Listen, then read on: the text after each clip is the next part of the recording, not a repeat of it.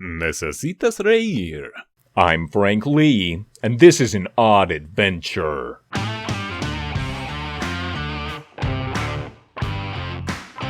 During my annual raccoon roundup to deliver to the old folks' home, I had a flashback to a creature of nightmare, the Chupacabra.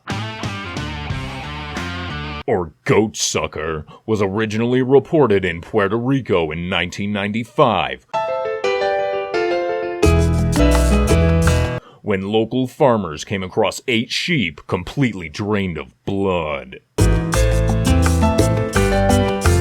Just months later, the Chupacabra claimed another 150 victims in the form of livestock and house pets. Since then, Chupacabras have been sighted in the Dominican Republic, Argentina, Bolivia, Chile, Colombia, Honduras, El Salvador, Nicaragua, Panama, Peru, Brazil, Mexico, and the United States. The Chupacabra is often described as a vampire reptilian rodent.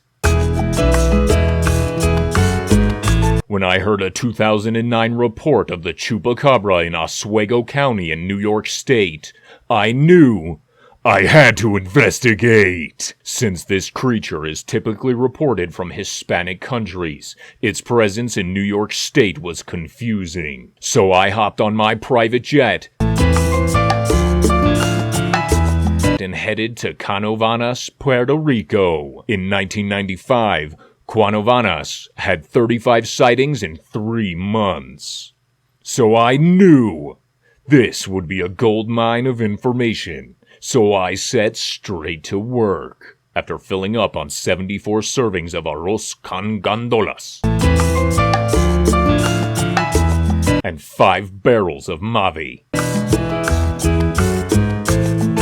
I decided to start my investigation. Asking the locals what they knew about the Chupacabra got me nothing more than blank, untrusting stares. So I walked to San Isidro, asking people along the way, "What do you know about the Chupacabra?"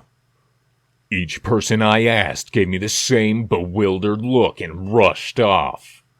One child cried out at the thought of the Chupacabra, and her mother ran away swiftly from the subject. Just as I was becoming Frank Lee disappointed, I came across one old man who told me everything. Luis Sanchez had lived in the area his whole life, and at 75, he had a lot to say. He told me that the Chupacabra has been terrorizing this area for as long as he could remember, attacking livestock, house pets, and even people for decades, leaving the animals drained of their blood and the people shaken to their core. I asked him where I might find this creature so I could kill them with extreme prejudice. He pointed me in the direction of a wooded patch of land west of San Isidro. I thanked him for his time, and he asked me, "Do you have 350? I politely informed him, "I don't have no damn 350. After a sudden exchange of unprovoked insults, and Luis chasing me into the fields with his machete, I decided to get down to business. I tracked for several days, finding signs of both rodents and reptiles in the area. Because the Chupacabra is often described as a mix between both, I knew I had to be close. After coming up empty, I came to the conclusion that the Chupacabra is a crafty beast, and that I would need bait. So, I stole 23 chickens from a nearby farm. I knew the farmer wouldn't care as long as I caught the beasts responsible for their missing livestock. I placed 5 dead chickens in various areas to whet the appetite, set 12 free, and held on to the rest, just in case. I hunkered down and started the long wait. The first night produced nothing. But 3 of the 12 free chickens were killed by Puerto Rican boas, and 6 others vanished in the night. When I awoke the next morning, I ate the 6 chickens that I had held onto and started another trek. This time, I followed a small trail of chicken blood into the forest. The trail led me to a small cave entrance in the hillside, and the smell of death filled the air. I approached the entrance and listened for signs of movement. Nothing! I knew I needed more bait, so I went back to the local farms and took another dozen chickens. I slaughtered them at the entrance of the cave and hid myself in a bush nearby. As night began to fall, I felt the hair on my neck stand straight up. I knew I wasn't alone. I heard rustling in the trees and readied my trusty Polaroid camera. As one of the creatures broke cover, I snapped this legendary picture.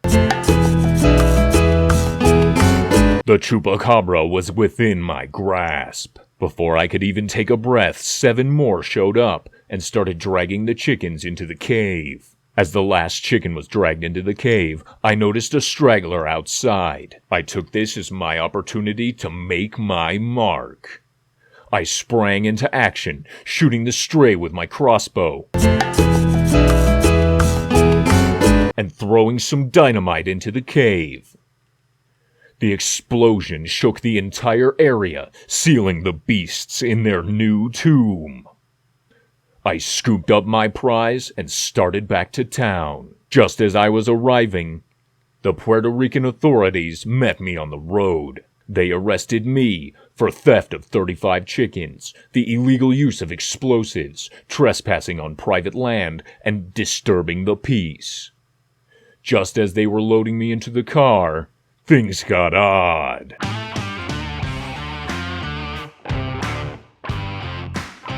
Louise Sanchez appeared out of nowhere and demanded $350 from the officers. After being told to leave, Louise pulled his machete and cut the officers down in the middle of the street. Just as he turned to me, recognizing that he had unfinished business, I knocked him out with the carcass of the Chupacabra. One solid smack, and my $350 was safe. I ran back to my jet and made my way back stateside. After a 3-day nap, I had a local biologist run DNA tests, and he revealed to me that at some point during my trip, someone had swapped the body of my Chupacabra with that of a Coatimundi. Coatimundis are raccoon-like creatures that inhabit various warm places in the Americas and apparently resemble the Chupacabra when hairless. The biologist told me that I killed a manged Coatimundi and that what I blew up was probably the den for the creatures. After a sudden exchange of unprovoked insults and a solid carcass slap, I decided the biologist must have bought his degrees online and didn't know what he was talking about. Not to be wasteful, I fried the remains of the Coatimundi and had dinner. One day, I might return to reclaim my prize and have some more fried Coatimundi. I'm Frank Lee, and this has been an odd adventure. Have a wonderful day.